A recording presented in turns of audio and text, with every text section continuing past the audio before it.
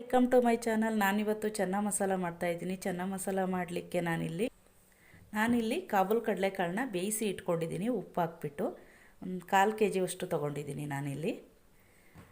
ಮತ್ತು ಗರಂ ಮಸಾಲ, ಪೆಪ್ಪರ್, ಉಪ್ಪು ಮತ್ತು ಅಚ್ಚ ಖಾರದ ಪುಡಿ, ಒಂದು ಪಲಾವ್ ಎಲೆ ತೊಗೊಂಡಿದ್ದೀನಿ, ಕಸ್ತೂರಿ ಮೇಥಿ ತೊಗೊಂಡಿದ್ದೀನಿ, ಮತ್ತು ಸ್ವಲ್ಪ ಕಾಯಿ ತುರಿ ತೊಗೊಂಡಿದ್ದೀನಿ. ನಾನಿಲ್ಲಿ ಟೊಮೊಟೊನ ಪೇಸ್ಟ್ ಮಾಡಿ ಇಟ್ಕೊಂಡಿದ್ದೀನಿ. ಟೊಮೊಟೊ ಮತ್ತು ಈರುಳ್ಳಿನೂ ಅದೇ ಥರ ನಾನಿಲ್ಲಿ ಪೇಸ್ಟ್ ಮಾಡಿ ಇಟ್ಕೊಂಡಿದ್ದೀನಿ. ಅದ್ರ ಜೊತೆಗೆ 1-2 ಹಸಿರು ಮೆಣಸಿನ್ಕಾಯಿ, ಶುಂಠಿ ಬೆಳ್ಳುಳ್ಳಿ ಪೇಸ್ಟ್ ತೊಗೊಂಡಿದ್ದೀನಿ, ಮತ್ತು ಕೊತ್ತಂಬರಿ ಸೊಪ್ಪನ್ನು ತೊಗೊಂಡಿದ್ದೀನಿ.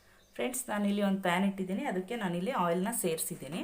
ನಾನಿಲ್ಲಿ ಏನು ಈರುಳ್ಳಿನ ರುಬ್ಕೊಂಡಿದ್ದೀನೋ ಇದನ್ನು ನಾನು ಎಣ್ಣೆ ಜೊತೆ ಸೇರಿಸ್ತೀನಿ.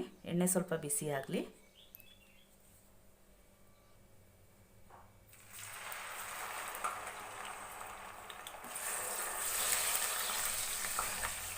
ಸ್ವಲ್ಪ ಎಣ್ಣೆಯಲ್ಲಿ ಚೆನ್ನಾಗಿ ಫ್ರೈ ಆಗಲಿ, ಹಸಿ ವಾಸನೆ ಎಲ್ಲ ಹೋಗೋವಷ್ಟು.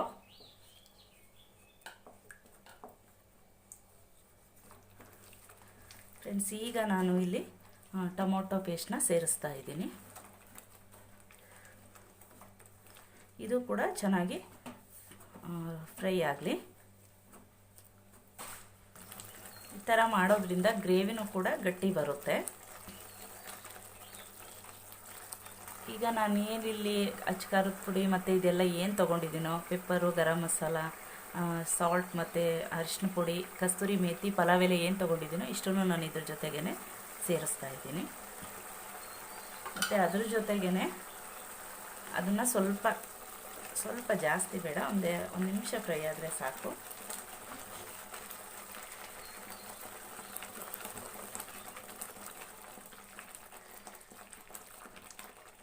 ನಾನಿಲ್ಲಿ ಅದ್ರ ಜೊತೆಗೇ ಶುಂಠಿ ಬೆಳ್ಳುಳ್ಳಿ ಪೇಸ್ಟು, 1-2 ಹಸಿರು ಮೆಣಸಿನ್ಕಾಯಿ, ಕೊತ್ತಂಬರಿ ಸೊಪ್ಪನ್ನು ಕೂಡ ನಾನಿಲ್ಲಿ ಸೇರಿಸ್ತಾ ಇದ್ದೀನಿ.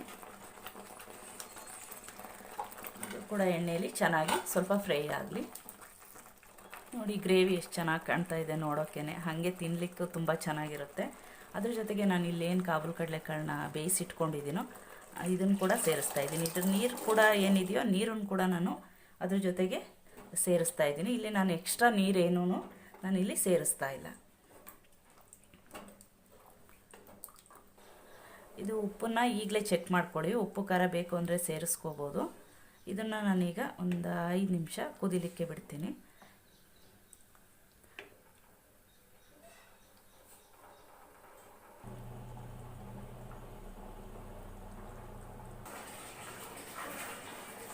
ಫ್ರೆಂಡ್ಸ್, ಚೆನ್ನಾಗಿ ಕುದೀತಾ ಇದೆ. ನಾನೀಗ ಚೆನ್ನ ಮಸಾಲಾನ ಸೇರಿಸ್ತೀನಿ. ನಾನೀಗ ಸೇರಿಸ್ತಾ ಇದ್ದೀನಿ ಚೆನ್ನ ಮಸಾಲಾನ. ಚೆನ್ನಾಗಿ ಮಿಕ್ಸ್ ಮಾಡಿ.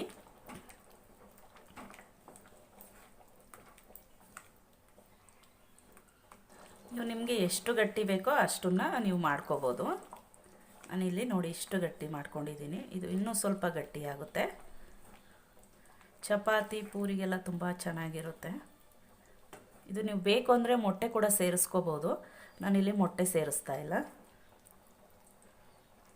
ಫ್ರೆಂಡ್ಸ್, ನಾನೀಗ ಕಾಯಿ ತುರಿನ ಸೇರಿಸ್ತಾ ಇದ್ದೀನಿ. ನಾನಿಲ್ಲಿ ಮೊಟ್ಟೆ ಸೇರಿಸ್ತಾ ಇಲ್ಲ, ಹಾಗಾಗಿ ಕಾಯಿ ತುರಿನ ಸೇರಿಸ್ತಾ ಇದ್ದೀನಿ.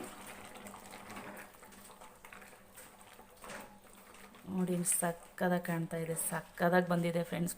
ಸ್ಮೆಲ್ ಕೂಡ ತುಂಬ ಚೆನ್ನಾಗಿ ಬಂದಿದೆ, ನೋಡಲಿಕ್ಕೆ ಸಕ್ಕದಾಗಿದೆ.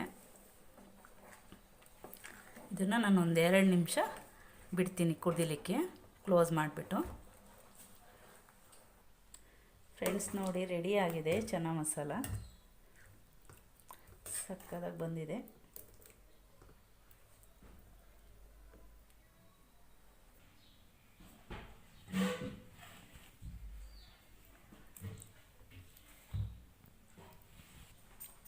ಫ್ರೆಂಡ್ಸ್, ಚೆನ್ನ ಮಸಾಲ ರೆಡಿಯಾಗಿದೆ. ನೋಡಿ ಈ ಥರ ಬಂದಿದೆ. ಚಪಾತಿ ಜೊತೆ, ಪೂರಿ ಜೊತೆ ತುಂಬ ಚೆನ್ನಾಗಿರುತ್ತೆ. ನಾನಿಲ್ಲಿ ಚಪಾತಿ ಮಾಡಿದ್ದೀನಿ. ಎಲ್ಲರೂ ನನ್ನ ವೀಡಿಯೋಸ್ನ ನೋಡಿ ಫ್ರೆಂಡ್ಸ್. ಲೈಕ್ ಮಾಡಿ, ಶೇರ್ ಮಾಡಿ, ಕಮೆಂಟ್ಸ್ ಮಾಡಿ ಆ್ಯಂಡ್ ಸಬ್ಸ್ಕ್ರೈಬ್ ಮಾಡಿ. Thank you for watching.